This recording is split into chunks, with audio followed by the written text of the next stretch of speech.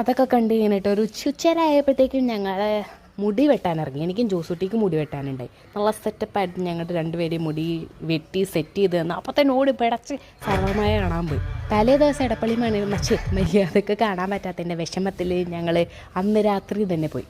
തലേ ദിവസം വാങ്ങിയ പുതിയ ഉടുപ്പൊക്കെ ഇട്ട് ചെത്തി മിനുങ്ങിപ്പോയി. എല്ലാ ലൈറ്റുകളും പുൽക്കൂടുകളും എല്ലാം നല്ല അണിയിച്ചൊരിക്കും. നല്ല സെറ്റപ്പായിട്ട് ഇരിക്കേണ്ടായിരുന്നു എടപ്പള്ളി. അത് കഴിഞ്ഞ് ഞങ്ങൾ ലുലു കയറി. അവിടെ കുറച്ച് ലാപ്ടോപ്പൊക്കെ കുറച്ചല്ല, ഒരു ലാപ്ടോപ്പ് വാങ്ങാൻ കയറി. അതിനുവേണ്ടി ഒരു റിസർച്ച് കഴിഞ്ഞതാണ്. അത് ആ സാധനം നിലവിലുണ്ടാവാത്തതുകൊണ്ട് ഞങ്ങൾ വേറെ റിസർച്ച് നടത്തി വേറെ സാധനം വാങ്ങിച്ചു.